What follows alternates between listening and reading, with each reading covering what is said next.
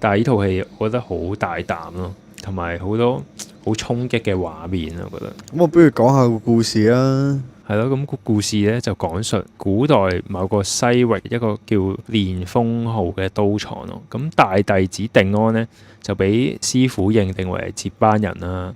咁後來定安咧就發現自己嘅父親咧係俾一個叫做飛龍嘅馬賊頭目所殺啦。咁佢就攞起佢老豆嗰個斷刀咧出去報仇啊！咁為咗保護師傅同埋佢個女小玲啦，咁就不幸俾馬賊斬斷咗一隻手。定安咧就靠住佢老豆留低嘅斷刀啦，同埋半本刀譜啊，咁就自創咗一個獨臂刀嘅刀法，誓要手刃啊飛龍報殺父之仇。其實個劇情聽落去都好簡單嘅啫喎，報仇嘅故仔，好 classic 嘅嗰啲武俠片啊嗰啲。係一啲好簡單嘅